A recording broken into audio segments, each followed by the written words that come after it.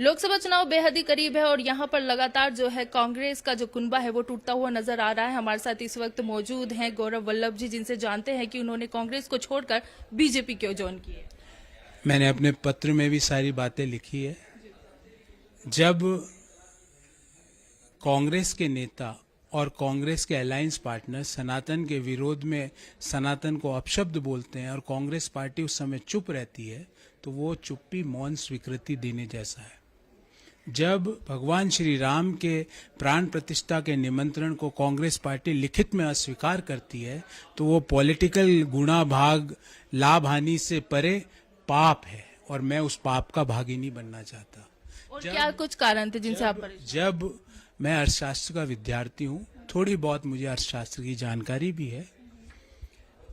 देश के समस्त वेल्थ क्रिएटर्स को कांग्रेस पार्टी आज गाली देने के सिवाय कुछ नहीं करती। आज कांग्रेस पार्टी इस स्तर पे आ गई है कि वो अपने स्वयं की नीतियां, आर्थिक उदारीकरण, वैश्वीकरण और निजीकरण का विरोध कर रही है। क्या हमारे देश में पूंजी लगाकर, आइडिया लेकर वेल्थ क्रिएट करना, जनरेट करना पाप है?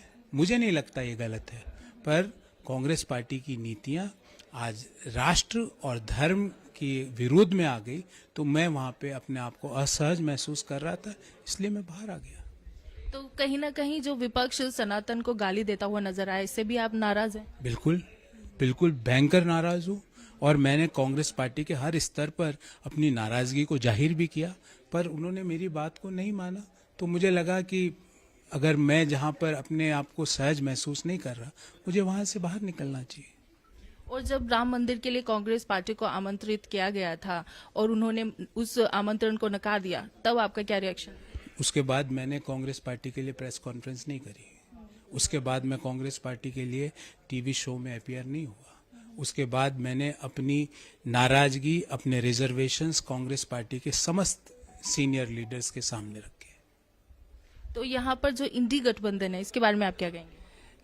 मुझे ये लगता है कि इस गठबंधन में एक जो अलायंस पार्टनर है वो सुबह से शाम सनातन को गाली देता है।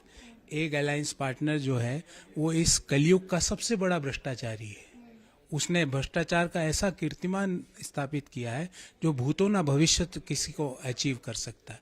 इन लोगों का साथ छोड़े और राष्ट्र निर्माण में कंस्ट्रक्टिव क्रिटिसिज्म करके कांग्रेस पार्टी को अपनी भूमिका निभानी चाहिए। अरविंद केजरीवाल के बारे में आप क्या कहेंगे? मैंने अपनी बात कह दी कि वो और उनकी पार्टी इस युग की सबसे बड़ी भ्रष्टाचारी पार्टी, कलयुग के सबसे बड़े भ्रष्टाचारी है। तो इस वक्त हमारे साथ मौजूद है गौरव वल्लभ जी। मीनाक्षी श्रीयान, सुदर्शन न्यूज, दिल्ली।